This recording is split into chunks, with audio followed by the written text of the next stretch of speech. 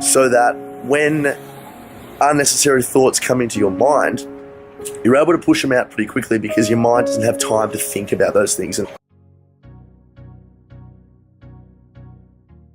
it's more or less an idea of preventing the spiraling and preventing the physical sensations from occurring. When I first started doing this sort of stuff, I didn't honestly see a whole lot of use to it. I thought little things like getting up as soon as the alarm went off, having a cold shower in the morning as like an added challenge, making sure I read 30 minutes on my book every day, meditation, things like that. I didn't actually think they would help me, but the latter was evident. It was amazing how much they did. And I didn't know, I thought I was just filling my life up with unnecessary shit. But what I was actually doing was creating habitual changes in my mind to accept uncomfortable situations.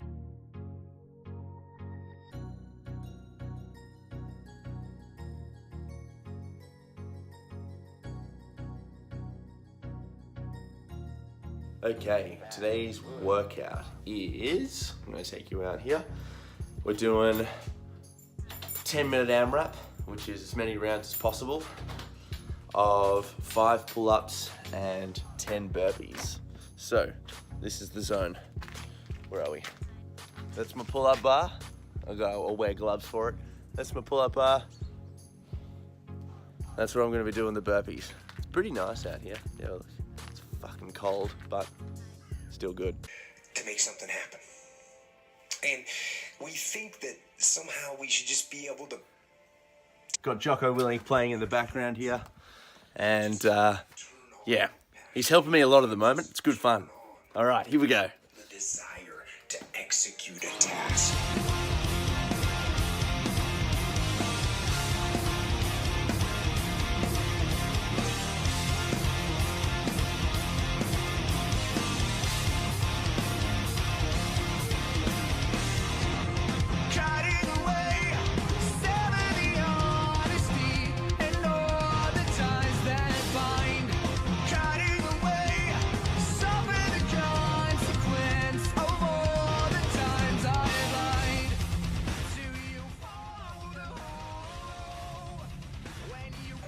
Yeah.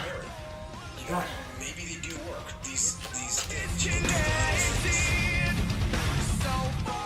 Okay, so that was 10 rounds of 5 pull-ups and 10 burpees. I think I said I was going to do an AMRAP at the start, but I ended up just doing 10 rounds because I didn't have anything to time it with, because I was listening to Jocko grind me in the ear about not doing enough. So it was good. You can do it at home as well. You don't necessarily need a pull-up bar. Even you can just, one of the things I use, I'll show you. That's my bag.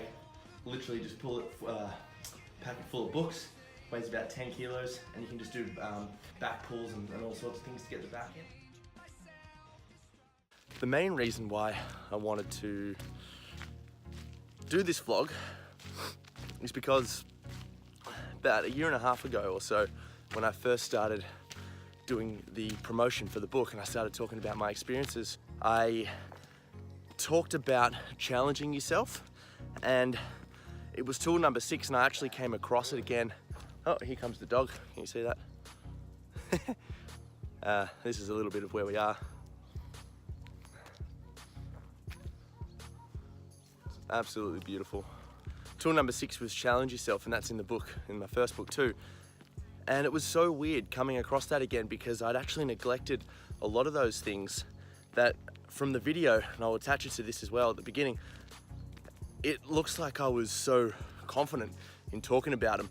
I looked a little bit bigger around the face and a little bit more nasally because I don't think I was eating as well as I am now, but it was so interesting to hear me talk about exercising vigorously every day, having a cold shower, waking up when the alarm goes off, and meditating as well.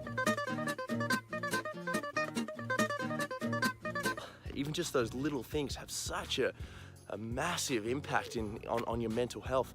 The biggest one that I don't think I spoke about as much then was having a vision for yourself, having a goal that means everything to you. And this is something that I've really discovered has been a big win, is when you get not necessarily complacent in life, but when you start to plateau and things don't work out as you thought they would, for example, and we can begin to slow down, the momentum slows, that energy slows, and we can get reflective, which is always a good thing.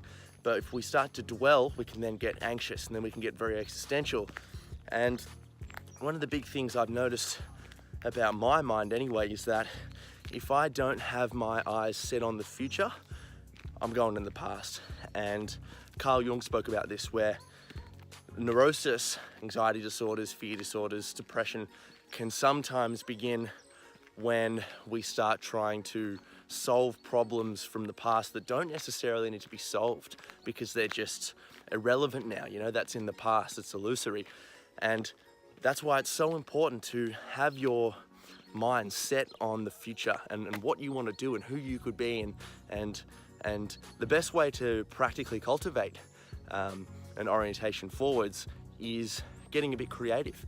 And we all have things that we enjoy doing that just kind of make the time go past, you know, time fly, whether that's writing or painting or hanging out with people, if that's genuinely what you love doing. You can create a podcast. But those things that are your hobbies, and if you can begin, we live in a world where you can actually build on those hobbies, and who knows where that could take you, and you can start to create goals for those hobbies. And yes, go to work and get a job. Yes, make sure your eating is healthy and clean and balanced. You train, you're exercising, you're meditating, you're developing a connection between your mind and your body, and you gaining that greater sense of self-awareness as opposed to someone who just reacts all the time to the outside world.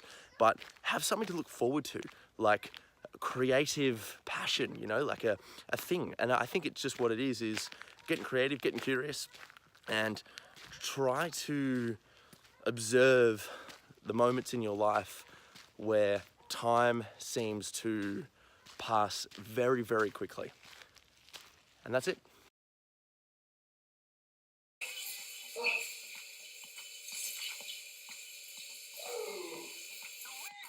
Spicy!